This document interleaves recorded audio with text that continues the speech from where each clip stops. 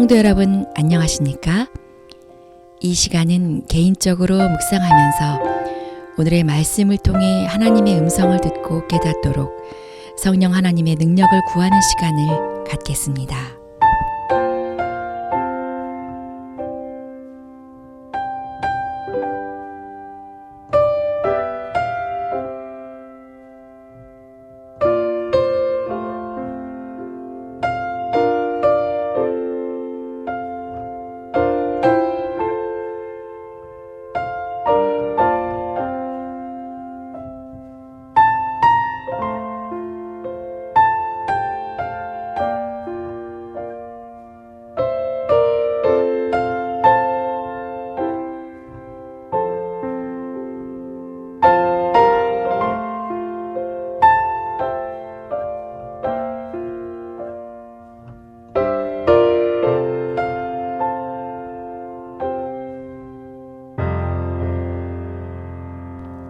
기도하시겠습니다. 사랑의 하나님, 오늘도 말씀을 통해 전달되는 주님의 사랑의 메시지를 깨달을 수 있도록 지혜를 허락하여 주시옵소서.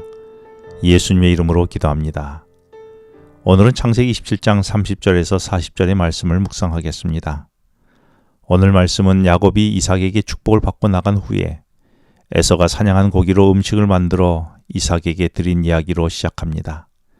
이때 이삭의 감정에 대해 33절에서는 심히 크게 떨었다라고 묘사하고 들어온 에서에게는 32절에 너는 누구냐며 당황해 물었습니다. 이삭이 전율하듯 심히 크게 떨면서 그에게 들어온 에서에게는 누구냐며 크게 놀라 당황한 이유는 무엇이었을까요? 이삭이 35절에서 야곱이 속여 복을 빼앗았다는 사실을 인지하게 되었기에 이삭은 자신을 속인 야곱과 리브가에 대한 분노의 떨림이었을까요? 만일 그랬다면 28장 1절에서 에서의 분노에 의해 집을 떠나야 하는 야곱을 축복하지 않았을 것입니다. 이삭의 분노는 누구를 향한 분노가 아니었습니다. 문제가 생긴 순간 하마터면 자신이 하나님의 뜻을 무시하고 자기 뜻대로 에서를 축복하는 잘못을 저지를 뻔했다는 사실과 자신이 잘못했음에도 불구하고 친히 그것을 바로잡으시는 하나님의 손길을 깨달았기 때문입니다.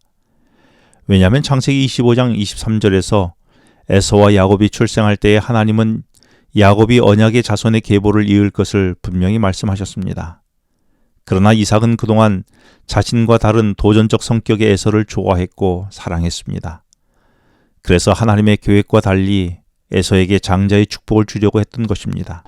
우리는 종종 생각지 않은 일로 혹은 어느 누구 때문에 내가 계획한 일이 틀어지고 문제가 생긴 경험이 있습니까? 그때 우리의 감정은 어떤 감정이었습니까?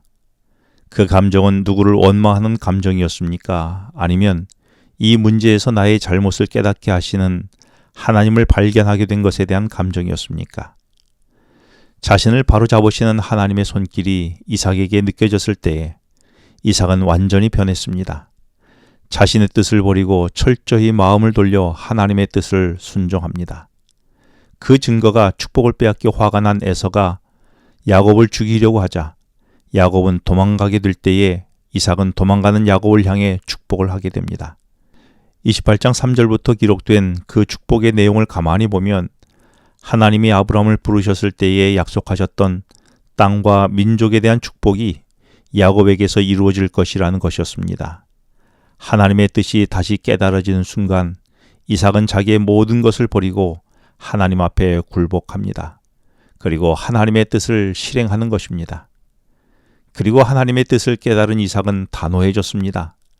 34절에서 에서는 야곱을 비난하며 자신에게도 축복을 빌어달라고 울며 불며 매달립니다.